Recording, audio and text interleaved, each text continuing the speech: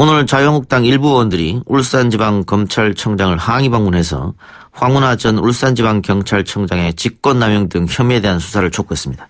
당에서는 황운하 특검법을 발의하겠다는 이야기도 나왔죠. 지난 6.13 지방선거에서 경찰이 김기현 전 울산시장을 겨냥한 낙마용 기획 공작 수사를 했다는 이유인데 이 사건에 대해서 검찰이 무혐의 처분을 내렸기 때문입니다. 당시 수사 지휘자였던 황운하 울산지방경찰청장, 지금은 대전지방경찰청장을 맡고 있죠. 직접 연결해서 입장 들어보겠습니다. 황운하 청장님. 예, 안녕하세요. 예, 안녕하십니까. 예. 오늘 기자회견 하셨죠? 예, 간담회 성격이었고요. 예. 거기서 황운하 특검법 환영한다 이런 말씀도 하셨는데 이유를 좀 여쭤보겠습니다. 예, 자유한국당 측에서는 경찰의 편파 수사 또 선거 개입 이런 주장을 하고 있는데요. 예. 정작 경찰에서는 당시 김기현 전 시장 본인과 그 주변 인물의 토착비리, 정당한 토착비리 수사가 검찰의 수사 방해로 하나도 제대로 진행되지 못했다. 그 점에 대해서 안타깝게 생각하고 있었는데요. 마침 자유한국당 측에서 특검을 주장하니까 너무 잘된 것 아닌가. 오히려. 그러니까 그래서 당시 김기현 전 시장 본인과 주변 인물의 토착 비리에 대해서 원점에서 전면 재수사가 이루어지고 그 당시 수사가 이루어졌던 이제 경찰 수사에 정말 야당 측 주장대로 편파 수사 등이 있었는지 명명백백히 밝혔으면 좋겠습니다. 그만큼 자신이 있으시다는 말씀인 것 같네요. 그리고 물론이고요. 그리고 그렇게 어려운 그 수사 여건에서도 이 정도면 증거가 충분하다고 생각해서 기소하기에 부족함이 없다고 생각해서 송치한 사건에 대해서 검찰이 또 무혐의 결정한 것도 납득할 수 없거든요. 그래서 검찰의 무혐의 결정이 과연 이 정당한 결정이었는지 따져보자는 것이죠. 알겠습니다. 그래서 저는 이것이 자유한국당의 주장은 적반하장식의 주장 아닌가 이런 생각입니다. 어쨌든 오늘 자유한국당이 경찰 방문해서 그 당시 황운하 경찰청장이 주도해서 수사한 것은 기획수사였다. 지방선거를 3개월 가량 앞두고 고의적으로 이렇게 수사를 한 거 아니냐. 그 결과가 검찰이 무혐의다. 이렇게 이제 주장한 거잖아요. 그래서 직권남용 주장을 하고 있는데 여기에 대해서도 그 말이 안 된다 이 말씀이죠? 당시 이제 경찰에서 진행했던 사건은 한 3가지 사건이 있습니다. 무혐의 처분된 사건은 그 중에 하나이고 지류에 불과합니다. 지류에. 그리고 본질적인 사건들, 즉 정치자금법 위반 피의 사건, 김기현 전 시장 본인의 정치자금법 위반 혐의가 있습니다. 그런 사건에 대해서는 일부는 기소가 이루어졌고 또 현재 동생의 김기현 전 시장 동생의 이 변호사법 위반 피의 사건도 현재 아직 검찰의 결정이 이루어지지 않고 있습니다. 그 중에 하나에 불과한 무혐의 처분이 이루어진 그 중 하나인데 그것 가지고 전부가 무혐의 된 것이냐 사실도 호도하고 있고요. 그리고 검찰의 처분이 정당했다는 그런 무슨 근거가 있는 것인지 정치권에서는 늘 검찰의 처분에 대해서 자신에게 불리하면은 늘 그걸 인정하지 않지 않았습니까? 그리고 검찰의 무혐의 처분은 국민들도 아시다시피 그것이 정말 진실에 가까운 것인지는 따져봐야 합니다. 최근에 김학의 사건에서 보듯이 증거가 명백함에도 불구하고 검찰이 무혐의 처분한 사례는 종종 찾아볼 수 있습니다. 이 사건 역시 당시 고래고기 사건을 둘러싸고 경찰이 울산지방검찰청을 상대로 수사를 벌이고 있었습니다. 울산검찰 마음이 편할 리가 없겠죠. 또 검경 수사권 조정 국면이었습니다. 제가 수사권 조정의 목소리를 좀 높이고 있다고 생각하겠죠. 그런 이유들이 작용해서 경찰 수사에 타격을 가하려는 그런 이유가 작용했을 수도 있겠죠. 그런 부분들을 잘 살펴보아야죠. 검찰의 무혐의 처분이 이루어졌다고 그래서 그에 부한해동해서 이 경찰 수사의 정당성을 흠집을 내고 공직자의 명예를 함부로 훼손하는 그런 정치 공세를 일삼는 것은 저는 구태정치라고 봅니다. 예. 수사권 조정에서 지금까지 가장 큰 목소리를 냈기 때문에 검찰로서는 황운하 청장이 불편할 수도 있고, 그러면 이 수사에서 검찰이 압수수색 영장을 계속 기각했던 것도 그런 이유가 작용했다고 보십니까? 그렇지 않고서는 도저히 이해할 수 없습니다. 이것은 검찰은 경찰과 동반자이고 협조자여야 되거든요. 예. 기소권을 가진 검찰은 경찰 수사가 진실을 밝힐 수 있도록 협조해야 합니다. 그런데 이건 진실 규명에 협조하려는 생각이 아니라 경찰 수사를 망가뜨리려는 의도로밖에 볼 수 없는 그러한 압수수색 영장 불청구, 영장을 청구하지 않는 영장 기각이 계속해서 있어 왔거든요. 예. 예. 그러니 그렇게 이해할 수밖에 없죠. 그러면서 오늘 기자회견 하시면서 검찰이 경찰에게 무혐의 처분을 권고했다, 이런 말씀도 하셨어요. 이거는 어떤 뜻일까요?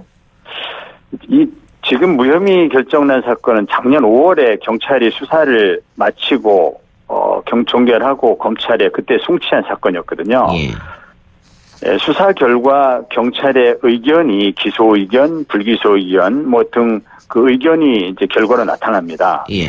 그 의견을 받아서 기소기관인 검찰은 기소기관으로서 경찰의 수사 결과를 스크린해서 기소 여부를 판단하면 되는 것입니다. 예. 그런데 검찰이 경찰의 의견을 받아보고 다시 경찰에게 무혐의 의견으로 보내달라는 그런 그 종용을 했습니다. 대단히 부적절한 태도라고 보고, 이것은 그 사건에 대한 부당한 선입견을 갖고 있지 않고서는 그렇게 할 수 없다. 그래서 예견된 결과였다고 생각하는 것입니다. 예, 알겠습니다. 어쨌든 무혐의 처분이 김규현 전 울산시장도 경찰을 비난하는 내용을 이야기했고, 나경원 원내대표 같은 경우에는 선거 개입의 윗선이 어디인지 누구의 지시한 것이 밝혀야 된다. 결국은 황운하 뒤에 무슨 권력이 있는 게 아니냐, 이런 뉘앙스의 이야기를 했거든요. 예, 터무니없는 말씀하시더라고요. 소설 같은 말씀에 제가 대응할 가치가 없습니다. 예. 그런 부분이 궁금하시면 특검을 발의해서 특검을 통해서 규명하시면 좋겠습니다. 예. 저도 바라는 바입니다. 알겠습니다. 검경 수사권 조정과 공수처 설치 사법개혁에 대해서 자유한국당이 계속해서 반대 입장인데, 이렇게 되면은 총장님이 계속해서 주장해온 수사권 조정 어려워지는 거 아니에요? 현실적으로 야당이 반대하면 입법이 어려운 거 아니겠습니까? 예. 그런데 수사권 조정은 오늘자 어디 여론조사를 봐도 69%의 지금 버닝썬 사건의 여파로 경찰이 몹시 불신을 받고 있는 상황에서도 69%의 찬성 의견으로 나타나더라고요. 예. 지금까지 여러 차례 여론조사 결과 70% 전후에 찬성 의견이 나타나고 있습니다. 예. 국민의 의견을 대변하는 분들이 국회의원 아니겠습니까? 예. 예, 그 국민의 의견을 충실히 대변해서 국민의 뜻대로 수사권 조정에 대한 입법이 조속히 이루어질 것으로 저는 기대하고 있습니다. 예. 총장님, 버닝썬 사건 여파로 국민들이 조금 불신한다, 경찰을, 이런 말씀 해주셨으니까, 안 그래도 지금 저희 댓글에 그런 얘기가 많습니다. 경찰 유착에 대한 생각이 궁금하다. 건절할 방법이 있냐? 대책이 있을까요?